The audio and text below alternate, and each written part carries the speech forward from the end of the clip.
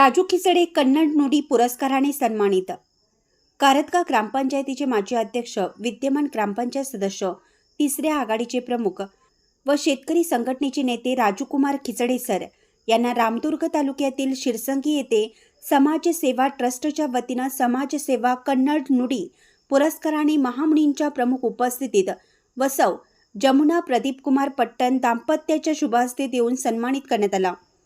शेतकऱ्यांच्या समस्या सोडवण्याबरोबरच राजकीय, सामाजिक, क्रीडा क्षेत्रात राजू खिचडे यांनी तिसऱ्या आघाडीच्या माध्यमातून विविध सामाजिक, सांस्कृतिक कार्य केलं आहे। निपाणी तालुक्यातील कारतगा येथे जिल्हा पातळीवर सीमा भागात कन्नड साहित्य संमेलन भरवण्यात त्यांचा मोलाचा वाटा आहे। राजकारण, समाजकारण, शैक्षणिक क्षेत्रातही त्यांचा पुढाकार मोलाचा असतो। अशा या सर्व कार्याचा आढावा घेऊनच रामदुर्ग तालुक्यातील शिरसंगी येथे त्यांना हा मानाचा पुरस्कार देऊन सन्मानित केल्याने पंचक्रोशीतून त्यांचं कौतुक केलं जात आहे। याबाबत बोलताना राजू खिचडे म्हणाले की आजपर्यंत केलेल्या कामाची ही पोचपावती आहे। या पुरस्कारामुळे मला आणखीन काम करण्याचं बळ मिळालं आहे।